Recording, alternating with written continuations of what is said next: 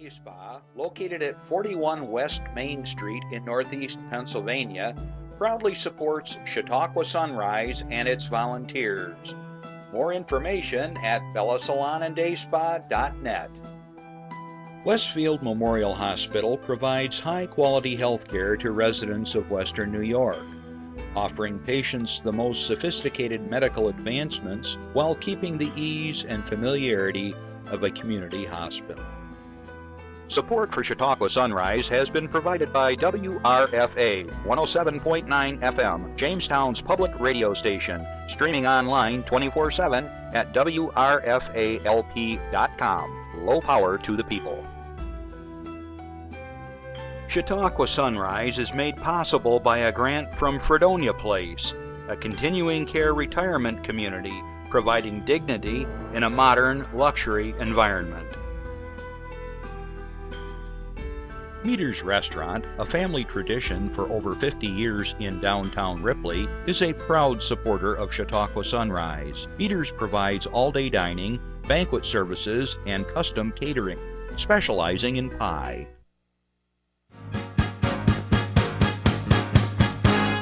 From the Access Chautauqua Studios in Mayville, it's Chautauqua Sunrise.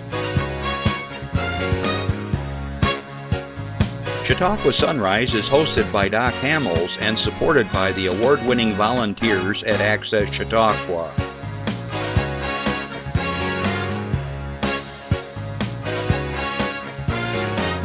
We are here to share local news, colorful interviews, and events of interest to everyone. Chautauqua Sunrise is broadcast live Saturday mornings each week from 9 to 10 a.m. Send events via email or call us live. Check us out on YouTube and Facebook. And now, from the Access Chautauqua Studios, it's Chautauqua Sunrise. Hey, good morning, everybody. We are turquoise everywhere down here, and we're going to be talking with our guest in a little while about, she's got spangly stuff all over the desk here. So anyways, good morning. How's everybody? It's a lovely Saturday morning, 52 degrees in Ripley when I left, so the snow is definitely gone, only to return tonight, I'm sure.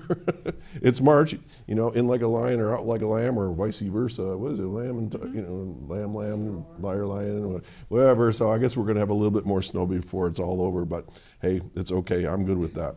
I want to say good afternoon to all my listeners at WRFA 107.9, low power to the people in Jamestown. Thanks for joining us at Tuesdays at 1 o'clock.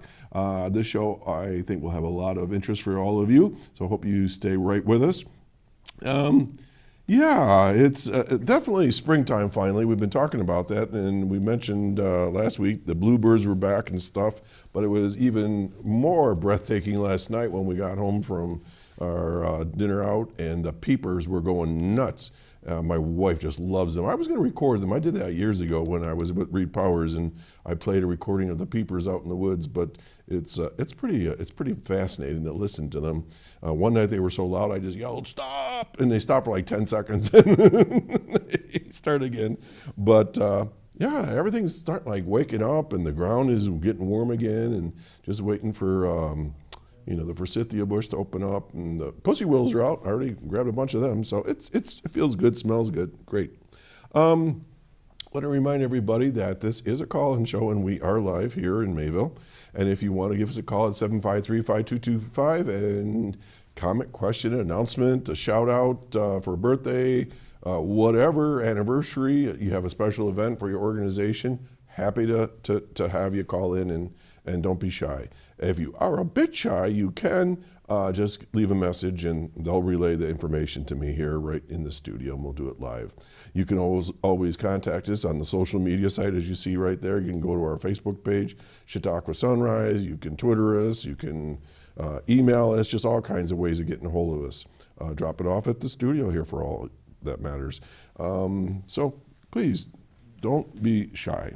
Also want to do a shout out from our one cameraman to another.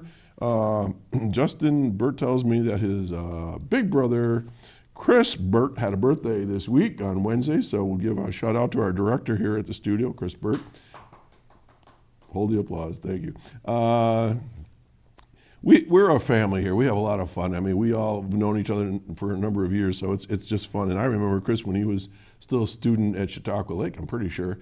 And I don't even know if you were born yet. But anyways, Chris, 2 years younger? All right, well, you must have been in the lower grades. Well, anyways, I remember Chris working at the studio there, so I've known this group for a long time. So anyways, let's pop up our picture, Jeff. The three amigos. It'd be the Chautauqua Sunrisers, and just to remind you that we are going to be the Ride for Roswell again this year. We're going to do the 34-mile country ride. What a fine-looking trio there. And if you go to rideforroswell.org and you would like to donate, you just look up Chautauqua Sunrisers or our individual names as you see them there, and we'll be happy to ride on behalf of your donation. It's still a bit early. It's going to be in June 22nd, but we would love to have some support from all of you. Now, we're not the only team. The Holly Loft has a great team, a fantastic team, a big team, and I know there's a couple other groups that come up from Chautauqua County. I do know that there's a concerted effort, and maybe we haven't talked about this, but all the Rotary clubs of Western New York and I think Southern Ontario, Canada, they're going to be trying to participate in the Ride for Roswell. So I'm going to be riding for the Chautauqua Sunrisers, and I'm going to be riding for Rotary as well. So lots of interest and lots of support for this project. And we'll talk more about this as we get closer, but it raises millions of dollars in one day, and it's just a really good organization. Then I want to do a shout out to some folks at the Mayville United Methodist Church. You're going to say, well, what are you talking about? If you remember right, last week I mentioned that I was going to be playing for the Maple Sugar Party. And I have played for every type of possible social event except for a bar mitzvah. I've never played a bar mitzvah, but I played just about everything else in this world as a musician, and this was my first Maple Sugar Party. And I got to tell you, it was a blast. Bill Tornstrom, he's my unofficial pro tem manager, and he told me what kind of songs to play and how to set up and stuff like that. And I got to tell you, it was really a lot of fun. They had about 100 people there, and I had absolutely no idea what to expect. And so I set it up, and I look in, and they have all the tables set up nice, and there's a little bowl, and there's a little plate, and it was a coffee cup, and a spoon, and a knife. And I'm going like, this isn't breakfast, this isn't lunch, what are we doing here? And what they do is they go around, and they pour hot maple syrup into the bowl, and they pick up their spoon, and there's like 100 people. I'm singing and playing, and they're all doing this. And it's like, this is kind of interesting. And but what was happening was the syrup was cooling off, and it was getting thick. And once it gets thick enough, you can take a little spoonful at a time and put it on wax paper or put it into a candy mold, and it cools off and hardens right into a nice little piece of candy. And they told me 66% sugar. It is so sweet. So the knife was for bread and butter, just to have a little snack and coffee and stuff like that. And they were there for 2 hours doing this. It was just a lot of fun. And then the surprise item in the entire day was they had dishes full of pickles. And I go, pickles? And they started laughing. And they said because the maple sugar is so sweet, the pickle kind of counteracts the sweetness. And so it was a pickle chaser. Think about that. Anyways, loved it, had a great time. Such nice people, and they helped me carry my equipment and stuff like that. And so anyways, thanks to everybody from the church there. It was part of a bequest to do this every year, and they do it back to the early 60s, I believe. So good time. All right, we have some announcements to go through, and then we'll find out what my guest has to talk about today. All right, so let's start out right away here. The Rotary Club of Westfield Mayville is looking for young folks that are in high school, a junior or sophomore, who might be interested in leadership training.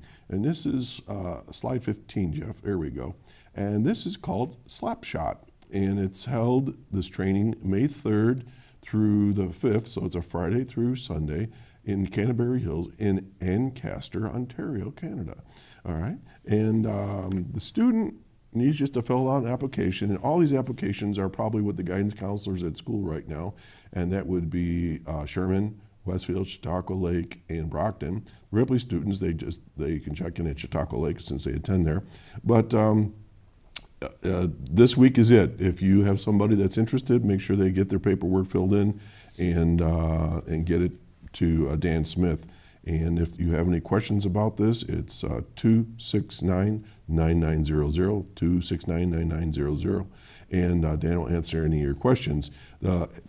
Basically, it's free to the students. The Rotary members transport the kids up there. It's $275, so this is a little bit of cost, but the club bears the cost of it, and we've been doing it for years.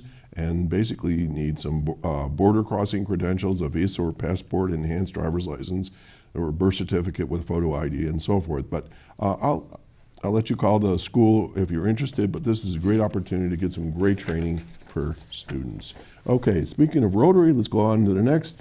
The Rotary Scholarship Pancake Breakfast is going to be held April 6th. And I got to tell you right now, Randy, Burt, and Emerald and we're going to all go down to Brockton High School that day on the 6th, and we're going to get some breakfast, and we're going to send some back to the crew here. It's going to be held from 8 to 11 over at the Brockton Central School on West Main Street.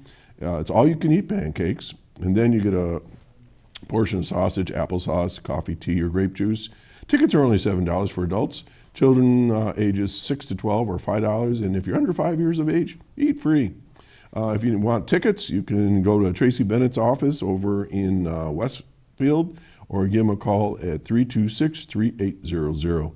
And the important thing is to know that the proceeds from this fundraiser, they go one place and only one place. They support our high school graduating seniors scholarship program, and we give out 8 scholarships each year, 2 to each of those 4 schools I mentioned earlier, and we've been doing this for a long time. So depending on how much money we raise, depends on how big the scholarship is. So again, this is supporting our youth and their endeavors beyond high school. Okay, next slide. Mission Community Youth Center. Are you ready for Lent season? They've got a fish fry or chicken dinner waiting just for you. Now, I know you can't see it, but there's food there. Come down and support the Mission Community Youth Center at Healing Word Ministries, located at 1006 West 3rd Street. $10 a plate and a chance to win a daily door prize. They hold this every Friday, Saturday, and Sunday from noon to 6 p.m. until April 7th, so they're going to do this for another week or so. As always, remember, their motto is, my mission, your mission, our mission starts here. Have a blessed day. According to Sean, I hope to see you there. All right, so that's your Mission Community Youth Center. They're having some fundraisers. Okay, we get announcements from the Chautauqua Chamber of Commerce from time to time, and we try to pick and choose a few of these. So here's one that I think would be of interest to you.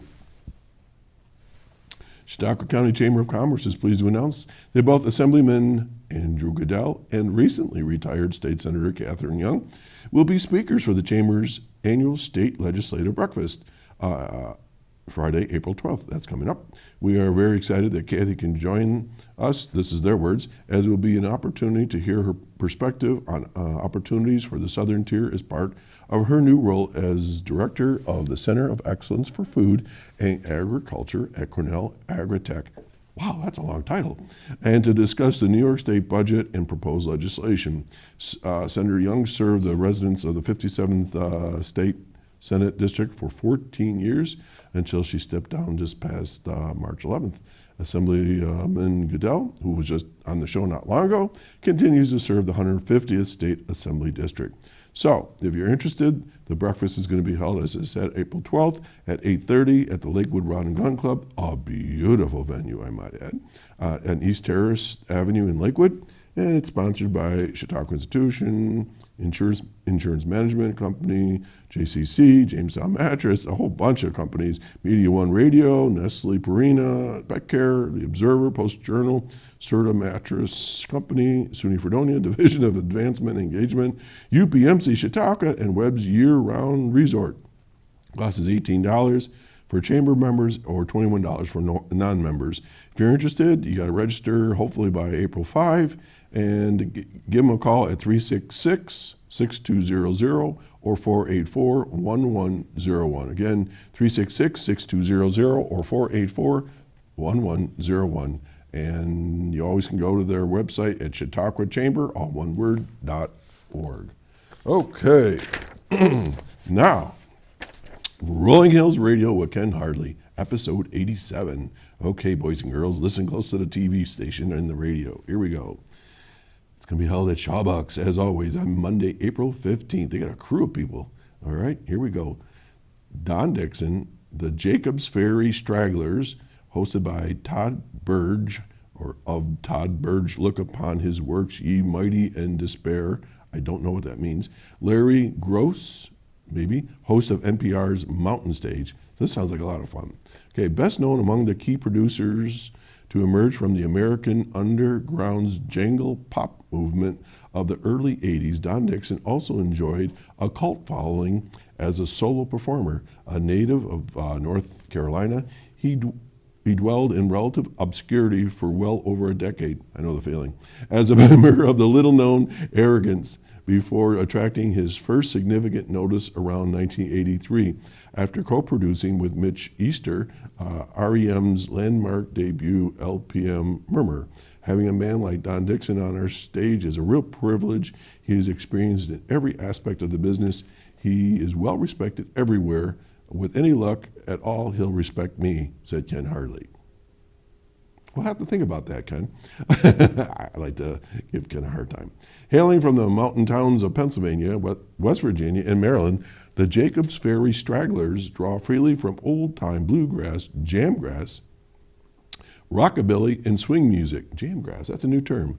Every week we have a new musical term to create their own brand of high-energy Appalachian bluegrass. I bet that's going to be a lot of fun. Flat out of the best bluegrass albums released this year, White Lightning Road, Appalachian Jamwich. Their goal is simple: write good songs, honor the music, have fun, and take it to the road. All right. Rolling Hills Radio continues to grow its media presence. Past shows can now be seen on local access cable. That would be us. Open Stage Media in Schenectady, as well as cable stations out of Jamestown and Mayville.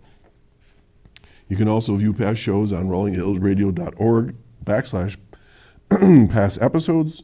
Of course, the show is also nationally syndicated through Global Community Radio. Okay, let's see. So, what you want to know is tickets are, give me a second, I always got to scan for this. Usually it's $15. You know, next to the bottom paragraph.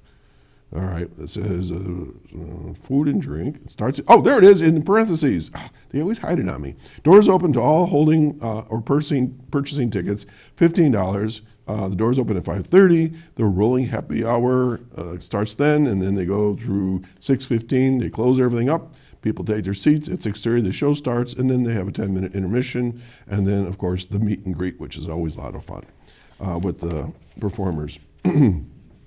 For more information or buy tickets, give them a call at 294-0416. All right, or you can go to their website, Rolling Hills Radio, all one word, .org/tickets. Okay, I'm going to go right to the Historical Society. Jason Sample, who is the president of that group, is going to be on my show next week, so we're going to talk more about this, but let's get through some of this. This is April 27th, and they're going to hold their annual meeting at the Lakeshore Assembly of God, 252 East Main Street in Westfield.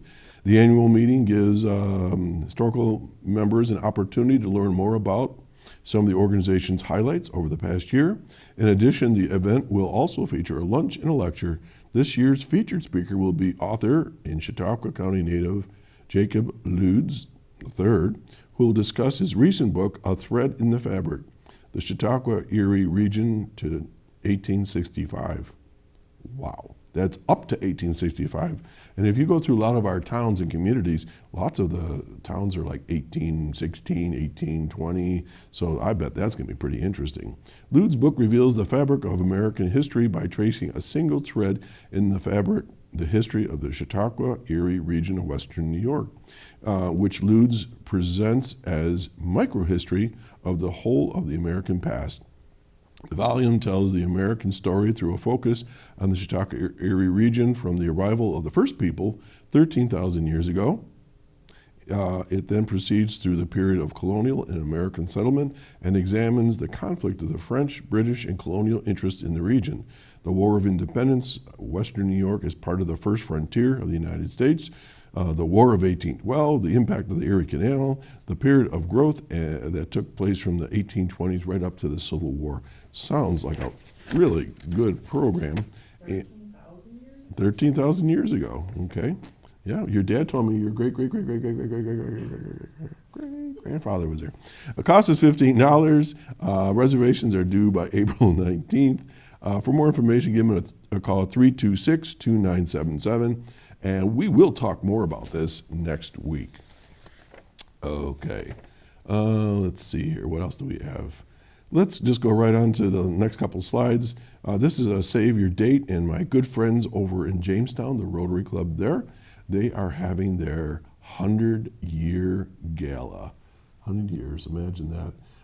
And this is going to be held on May 4th over at the Chautauqua Harbor Hotel over in Celeron.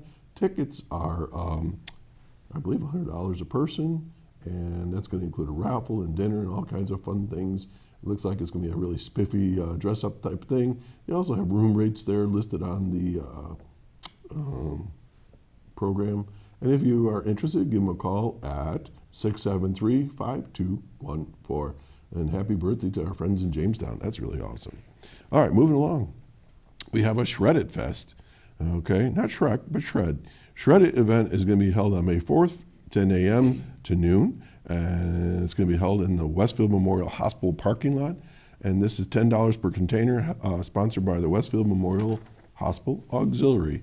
And then finally, this is a save the date comment, and this is the annual charity Golf Classic, Friday, June 14th at the Tri-County Country Club in Forestville, and this is to support United Way of Northern Chautauqua County. And if you're interested in golfing, give them a call at 366-5424. And with that, I'm stopping, take a breath, and we'll be right back right after this.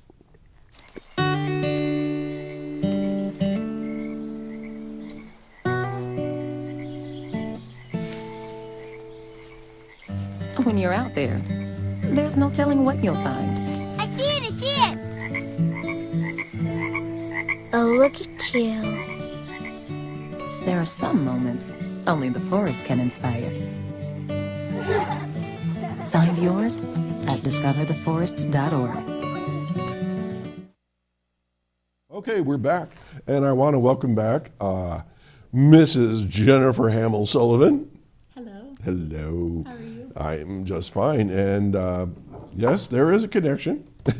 Jennifer is not only my niece, but my goddaughter. Yes. Have you been good? Okay, moving right along with her.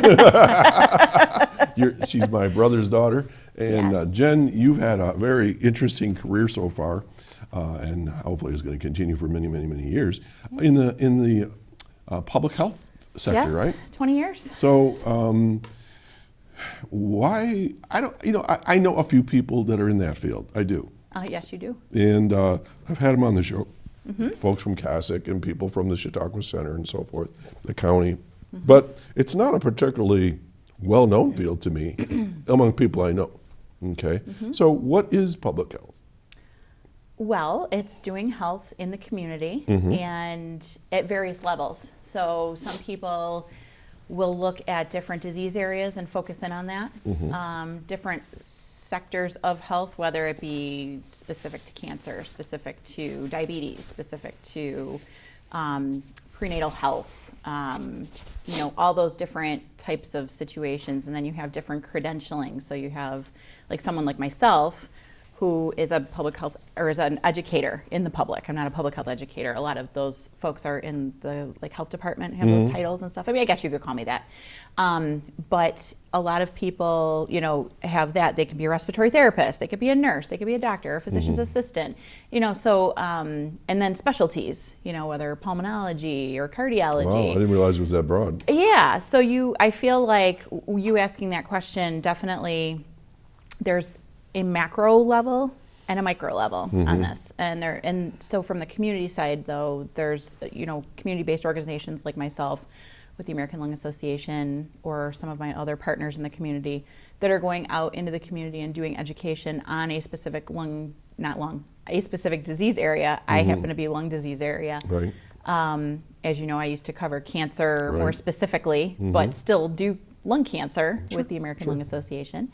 But have a lot of partners in the community at the different health systems, and you know, so we all try and partner together because at the end of the day, it's about the community getting better.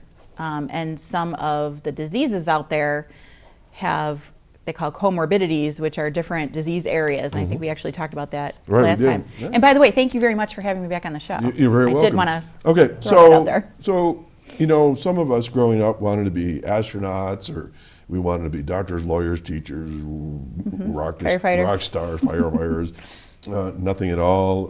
You know, what you know, the cliche type stuff. But what drove you to go into this field? I mean, was there some event, some moment in life? My mom. Your mom? My mom, as you know, my mother's a nurse, registered nurse. Yes, I do know that. And actually, bachelor's in nursing, Duval College. Woohoo! They got a great program there. And yeah, growing up, you know, she was just so committed to health in people, in our family, in our immediate family, as you know, and then also in the community. And watching her, I mean, she had many different positions. You know, she worked in a hospital setting, and you know, she finished her career working with a lot of patients and families that utilize Medicaid, which is fantastic because those folks were getting the services that they needed, and she was able to go in and see those people, and see those families, case manage. Yes, thank you. And so that was very impactful on me. Okay. Not to the point that I wanted to be a nurse. You don't want to be a nurse, but you liked but you had a kinship to the health area. Yes. Yes. And I also, as you know, I wanted to go into physical therapy at one point. That's true. And that was an area that I liked, and then, you know, my tie-in with horses, and so I kind of reeled in for a couple of years on hippotherapy, helping do those types of therapies, speech and language, and occupational and physical therapy on horseback and stuff. So I've had a lot of tie-ins, aside from my career. But you eventually narrowed it down. And yes. Yeah, you know, and I did the same thing. You know, I was going to be this and that in the education world, like you said, start large and then you eventually narrow it down. So, and you went to school in what, Slippery Rock? Slippery Rock University. Are there other places that offer that program? I don't know too many. Cortland here in New York State does. Brockport. I should have thought about that earlier. And but it's not like every college doesn't offer this. No, not every college. Buffalo State, University of Buffalo. I did not know that. Okay. Yeah, Duval. A lot of them have graduated up to a master's in public health. So many are offering them either at the institution and in the seat or online. Okay. So last time we talked about the American Lung Association and screening and all kinds of things. And when we talked about you returning, because there was some things you wanted to talk about, and we'll get to that later. Sure. But I asked you to talk about Chautauqua County. Yes. This is my home. This is where I live.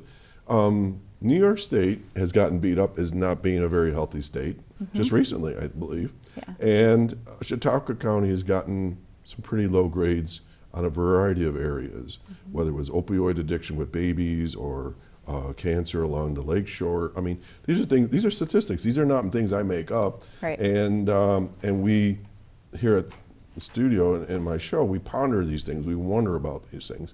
So, from your world, tell me about Chautauqua County. Well, I love this county as well, and I love many people in it too. So that makes it even more fun to deal with. I live in Erie. I cover for my job the 8 counties of Western New York and into Monroe. now. So Chautauqua, though, has always had a near and dear place in my heart because of me. Of you, Thank obviously, you. and my family. And I also have a lot of wonderful colleagues down here that are doing some really amazing work. They are doing great work down here. And I've gotten to partner with them over the 20 years that I've been in public health. Mm-hmm. So just some really wonderful people, wonderful partnerships. And so that said, yes, you're right. Specifically, there's high rates of breast cancer, there's high rates of lung cancer, and that's actually, as you mentioned, one of the reasons that I'm here today. I actually pulled these numbers this week just to kind of look and see as a comparison to Western New York. Out of 1,468 cases of lung cancer, Chautauqua County's rates, you guys have 120 cases. So you rank the third highest county just under Erie, Niagara in Western New York, which is high based on the population in Chautauqua County. So 120 cases a year are being diagnosed For lung cancer. for lung cancer. That's a lot of people. It is a lot of people when you subtract that out of 1,469, you know, so. And that's out of 135,000 people. Right. That's what it basically So that's, is our population. Yeah, so 10%. Is that right? Am I doing the math right? I think. So that's a high number, and you know, and there's a lot of people that are working very hard to bring that number down. Public health numbers, though, I do want to make. Who's working hard? Who's working hard? Yeah, who's working hard? The County Health Department. Yeah. And Chautauqua County Health Network. Mm-hmm. And some of my other partners, some of the other networks that are working in cancer specific as offshoots of the health department grants and that sort of thing. Okay. Reality Check and the Tobacco Coalitions. Okay, so there's a bunch of people here Yeah. in Chautauqua County. Yes. All right, that's where I was Yes. going with that. Yes, Yeah. there is a lot of And people. you know, there's lots of unsung heroes that do a lot of the trench work. Yes. That are trying to keep us healthy as a county, as a group of people. And we really, sometimes, it's hard for us to recognize all those people and thank them for what they are doing, because they're saving lives, obviously. They sure are. And American Lung Association, American Cancer Society, you know, the national Everybody. organizations that are very much vested in the community, but don't necessarily, you know, have a brick and mortar building, you know, to go to and Right. stuff. So, you know, we were talking, actually, a lot of people don't know this, we were talking on the way to the studio. Jen was driving in from Erie County, and I was driving to the studio, and we actually did the show on the phone. We like to talk. We do like to talk. But where was I going with this? We were talking about, about cigarettes. And again, people, you know, that listen to the show here, I always say, whether it's cigarettes, marijuana, alcohol, race car driving, whatever it is, it's a personal choice, it's a personal responsibility, and I'm not here to cast dispersions or judge you. It's you, it's on you, okay? Just like whatever I do is on me. But you were saying to me that when I was growing up as a kid, that you know, it wasn't such a prevalent thing, that we didn't know about all this. And I countered that to some degree, because I don't remember the exact wording, but I clearly remember when the Surgeon General put something on the side of a pack of cigarettes and said, this can be harmful to your health. I don't even know if they even said cancer back then. And I remember going around to your mother and your father, stealing their cigarettes and throwing them away or breaking them in half so they only smoke half a cigarette. Right. But at the time, you know, everybody was smoking. I mean, and they just thought it was cool, you know, the James Dean look, or, you know, the Marlboro cowboy or whatever it was. And you just hit the nail on the head, the cool cool appearance. Look. Yeah. Yes. And so we were, and my parents didn't smoke. No, they did not. So, so people did not know what they did not know back then, but now it's just so prevalent, the information, but yet people smoke. Which is interesting that you said that Grandma and Grandpa didn't smoke, because their generation, that was when it was really taking light. And, you know, Grandpa was in World War II, and, you know, we talked about that, about the exchange. You know, the tobacco industry has really supplied our forces with our military forces with cigarette packs. Grandpa told me he liked candy better than cigarettes. Yeah, you used to trade them. For gum. I had one grandpa that traded them away and one grandpa that traded them for the smokes. And we talked about that. Yeah, we and did. Their life expectancy Yeah. was about 20 years difference, Yeah, wasn't it? it really was. And it's a shame, But to that point, I said this in the beginning of the last segment, and I want to reiterate it, that I don't want to shame smokers for utilizing this product. Right, you're reinforcing what I just Right, said. Yeah. because a lot of It's hard. kids 11 to 15, are the ones that are trying it. Right. And They're getting sucked into they one try can hook you for life.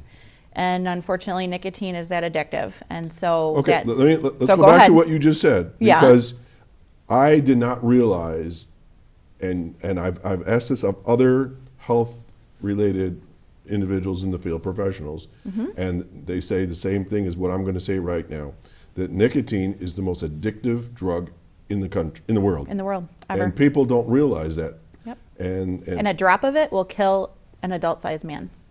a drop? A drop of it. So if you can, I know it's kind of hard to like visualize. Oh, that so when you it's so see somebody. concentrated. So concentrated, yeah. Like they put it into the cigarettes and stuff, but just one single Just drop can Wow. actually kill an adult male. So yeah, so it's kind of it's scary when you think about what someone can consume in that time frame. I mean, we talked about packs of cigarettes and someone smoking so much, and yeah.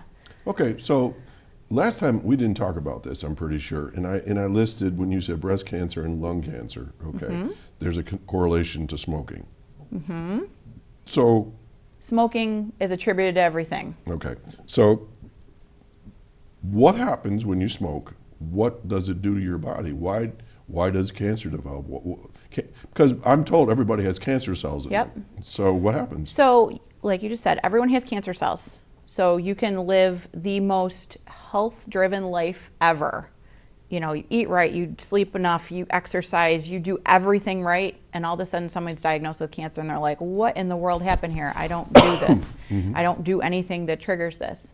People have them, genetics, it just happens sometimes.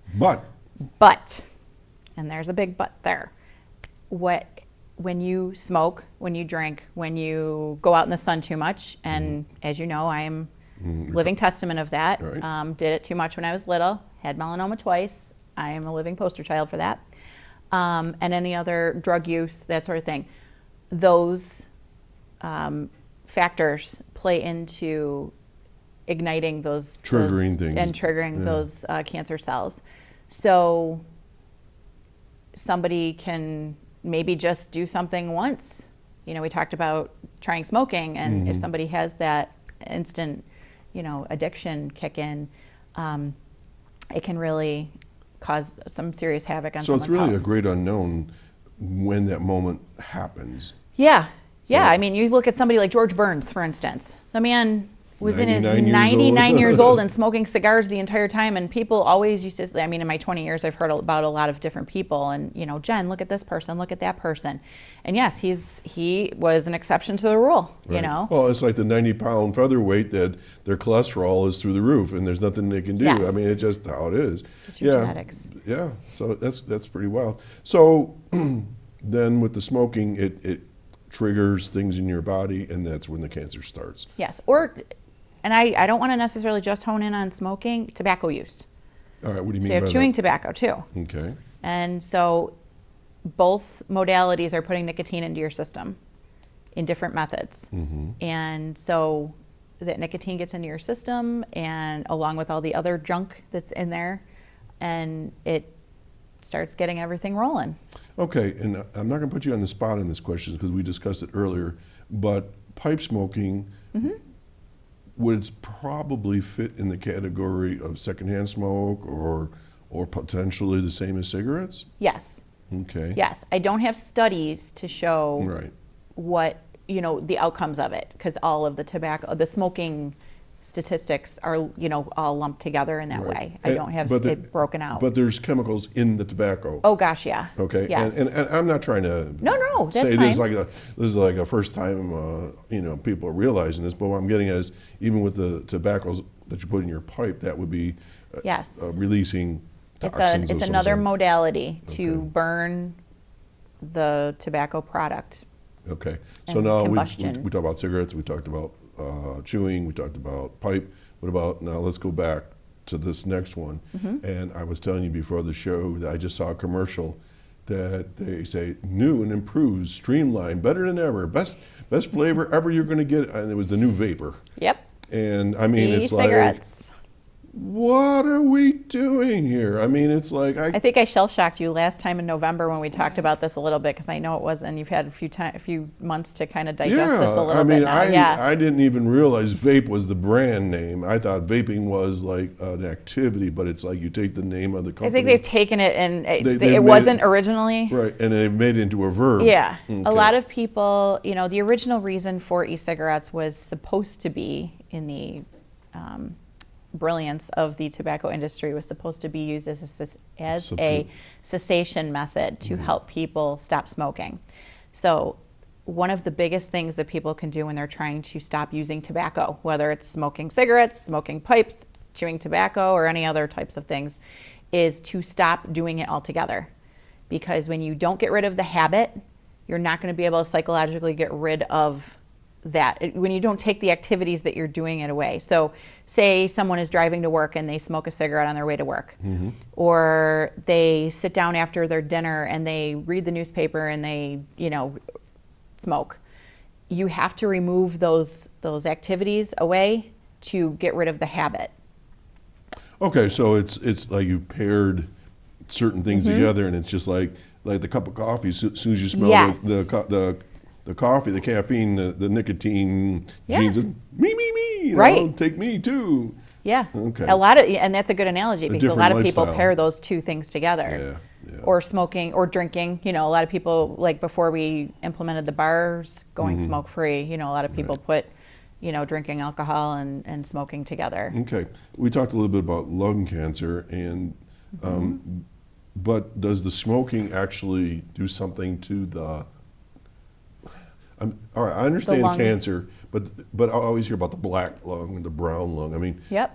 what happens? The tar. Yeah, okay, So there's tar. Please talk about that. Yep. So there's tar that is in cigarettes. All right. The substance gets, as you're continuously taking in the puffs of cigarette smoke into your body and into your lungs, that tar starts to accumulate in your bronchi tubes, in your alveoli, which are the little tiny air sacs. And so when you have somebody who is doing this on a repetitive nature and for years and years and years and years and years, then that starts building up, and that's why you start seeing people coughing so much. Your body wasn't wired and built to have those outside external substances taken into them. So like when you take a drink of water and it goes down the wrong tube, as we say, and you start coughing real bad, when you're smoking, kids will start coughing incessantly and just not be able to stop. And so, but they get past it. You keep doing it enough, your lungs get used to it and stuff. So, but that's very fragile tissue that is being affected. And so that tar builds up, and then when you hear somebody with a smoker's cough after years and years of doing it, and they're, unfortunately coughing up. But does that cause the cancer? The cancer cells are, again, displaced throughout your body. And so when you start taking those toxins in, the toxins have a chemical reaction with your DNA, and I'm not 100% sure, not being a researcher in that, but just generalizing from a public health standpoint, that yuck, all those chemicals. There's over 7,000 chemicals in one cigarette. 65 of them are cancer causing, or 65 of them are cancer causing, and can't be put into landfills either. Wow. Okay, so smoking sounds to me like it does a couple things. It puts you at risk for cancer to be triggered. Yes. And then you have the stuff that's building up in your lungs. So it's really two different things, right? Yeah. Wow. Okay, we have a question that came in. Okay. Have you ever heard of smoke helping with ear infection? I've never heard that one. Not cigarette smoke. I have heard of people taking, I do know people who have tried that, and I don't have any research as a best practice-based organization to support that statement. No, I would not encourage someone to use cigarette smoke to blow into somebody's ear to help with ear infection. I would definitely go see the healthcare provider. Okay. Yeah. Probably some grandmother. No, there's a lot of people out there that have a lot of home remedies and stuff like that. That's not the first time I've heard that. I've never. I heard wouldn't that personally before. encourage someone, because I think you're opening Pandora's box for a whole other set of risks and stuff. Because actually, cigarette smoke, secondhand smoke, causes somebody who has allergies and asthma and whatnot. That triggers all that stuff. So ear infections actually can be caused by tobacco use, not necessarily remedy. Okay, going back to your statistics for Chautauqua County, you said we were number 3 in the 8-county area. Yep. Okay, so we talked a little bit about lung cancer and smoking and how it affects our lungs. Women's health is near and dear to my heart, only because, just because. Right. And we always here at the station encourage, especially in October, women to get mammograms and so forth, and we've actually put together a grant, and we'll talk about that at another time in another place, for self-examination and so forth. But not we here at the station, but my Rotary Club. But so what has cigarette smoking got to do with breast cancer? Just like I mentioned before, any type of tobacco use taken into the body will trigger cancer cell. Not will necessarily. All right, like so George Burns. It's different than the lung situation, obviously. So it's triggering. It can, yeah, it can trigger. And so, all right, and so let me digress then. So on TV, a lot of times you see somebody that has lost fingers, toes, arms, legs. I mean, same thing? Yep. So I'm glad you mentioned that. So what happens is that tar that we mentioned before, it gets into the bloodstream and starts causing plaque to build up. So then you run the risk of cardiovascular disease, and that's what happens. So you have circulation problems that are building up as an offshoot or result of using tobacco. And so when you talk about limbs having to be amputated and that sort of thing, that can contribute to that very, very much. Okay, let's take a breath. Folks, you're watching Chautauqua Sunrise. I'm Doc Hamels. My guest today, my very special guest, is Jennifer Hamels-Sullivan, and she is from the American Lung Association, and your title is? It changed. I'm manager of health promotions. Okay. But I'm also the director of the Asthma Coalition of Erie, Monroe, and Niagara counties. So you're a princess at the American Lung Association. I wouldn't say that. The queen. All right, so you're pretty well involved. Okay, Yeah. so this show is not about beating people over head and brow and shoulders about the evils of smoking. Right. We decided we were going to talk about facts. Yes. Okay, and education, and that's really your field. That's my field. So the one thing I do have here is, all right, so someone that might be listening, someone knows somebody's been harping on somebody to quit and whatever. Let's say they make the decision to quit. What do they do? Okay. I mean, because, they're selling all kinds of stuff on TV with 14 different side effects and things like that. Yes. I mean, it sounds like the cure is worse than the disease sometimes. But so what are some things that the American Lung Association recommends at this point in time? Okay. So we are in the process, we've kind of expanded some of the cessation resources and opportunities that people can embark on. So the American Lung Association has a program called Freedom from Smoking. And that can be facilitated in a few different ways. It can be done in a group cessation class setting, which some people, have attended in the past, may have had really great success, may have relapsed. It happens. It takes the average person 5 to 7 times to quit using tobacco. 5 to 7 times? Yes. So Well, I want to make the that addictive point. factor is huge. I'm sure. Yeah, like we talked about. Because a lot of times people smoke because it's helping with the anxiety. It's helping with different pieces of their life. And we all know we live in a much more anxious-ridden world now. I mean, I was just saying that to my mom the other day. Like, I don't remember our family being as crazy as mine and my husband and my kids' family now. It just is what it is. So a lot of people use tobacco to remedy that. So if somebody who's listening now and watching is trying to quit, you can go to lung.org, and we've got resources on there for quitting smoking, quitting using tobacco. What kind of resources? What do you mean? information about the process of when you quit, and you were asking me about this earlier, about the timeline kind of, and how when somebody does quit, what happens. There's a timeline on there of, when you quit smoking for 10 minutes and 20 minutes and 2 weeks and a month and 10 years. I mean, 10 years, your lungs are really going through a repair phase. In the beginning of this quitting smoking process, you're gonna cough a ton. And it's okay, because your body is trying to expel all of that. We never talked about that before. I never even thought about that. Yeah, it's That trying makes to sense. get all that yuck out of your body. And so you're Yeah. going to cough up a lot of stuff that doesn't look very pleasant. You're going to not sound very pleasant when it's happening. So, you're not, you just have to let it go. Drink a ton of water. Okay. Water rids the body of toxins. And that's for all health situations. Yeah, everybody wants to, when you're trying to do that. Yeah. Specifically in this case. Okay. Yes.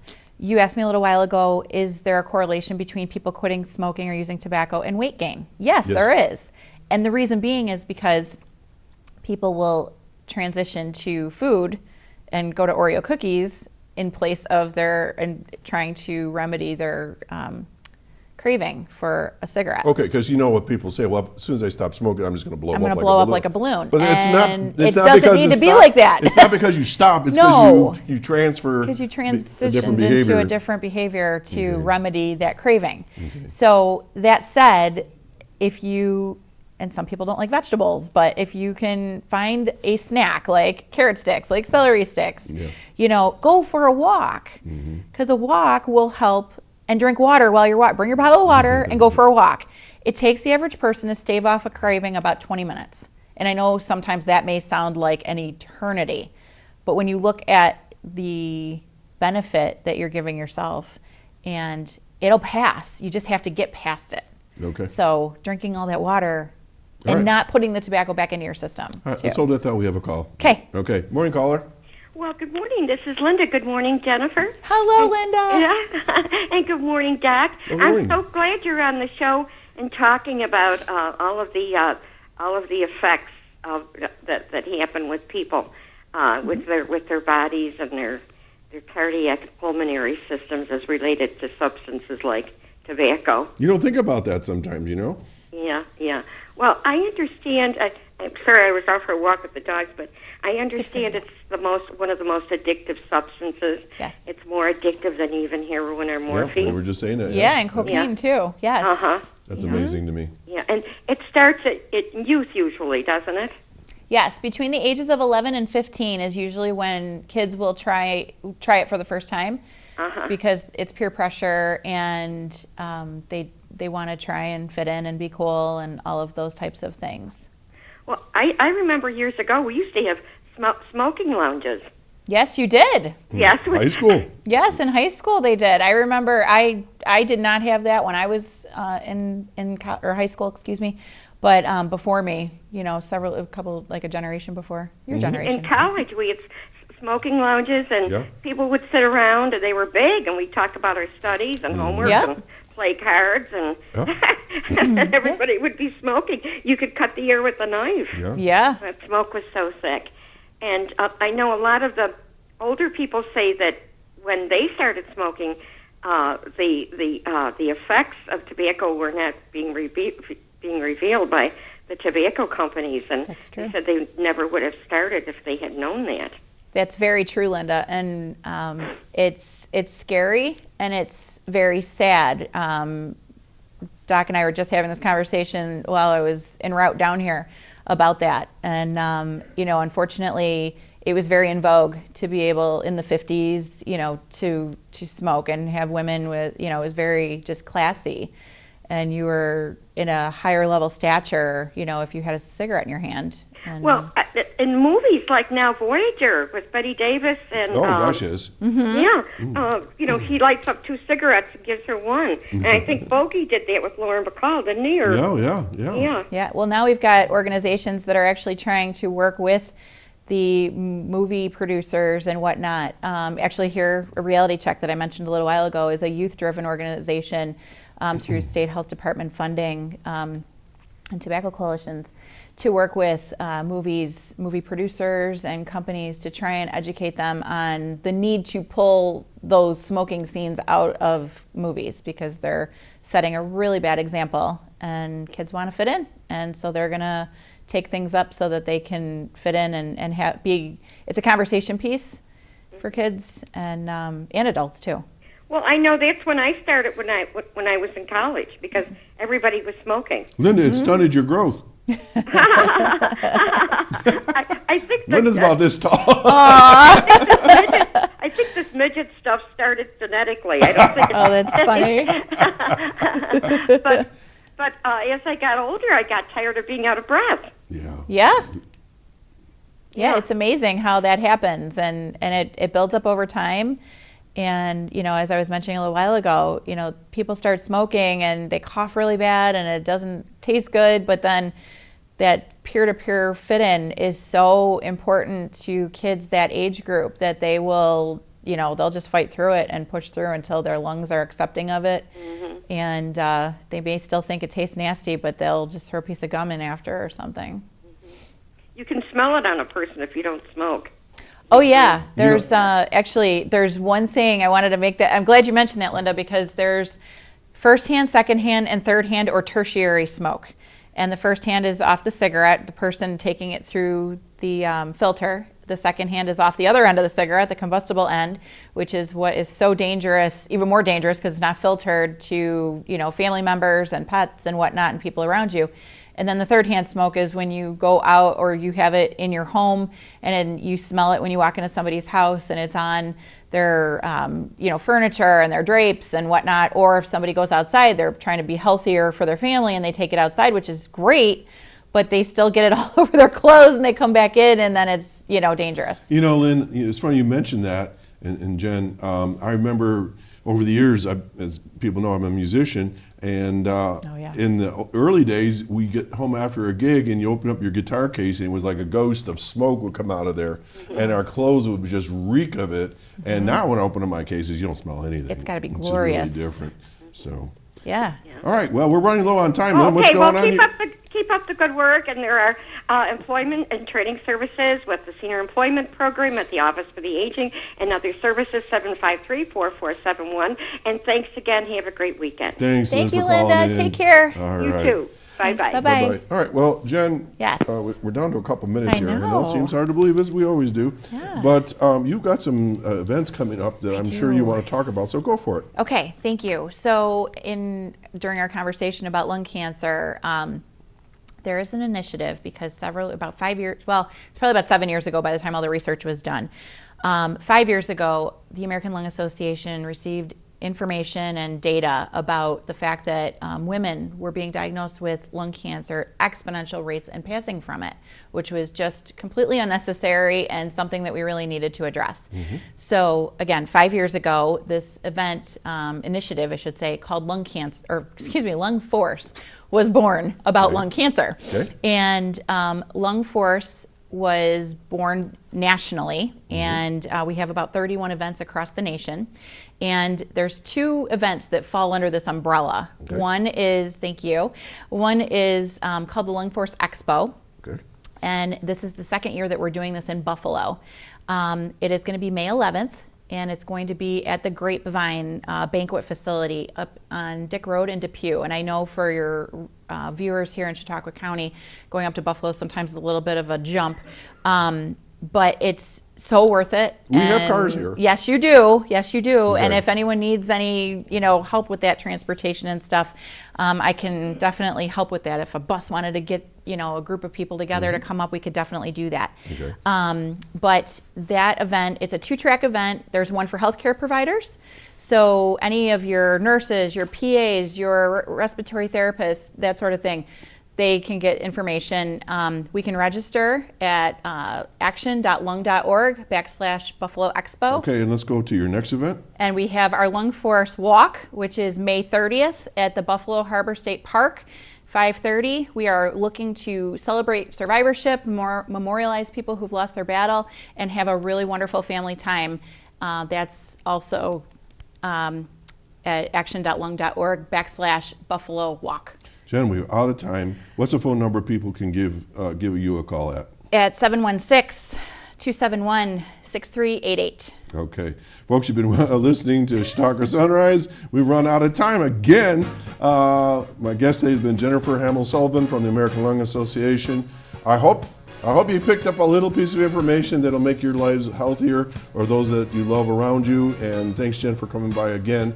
We have to do this again next year Yes, and give definitely. us updates. All right, y'all have a good weekend, and we're going to do this again next Saturday right here at Access Chautauqua at 9 a.m. live. Take care now.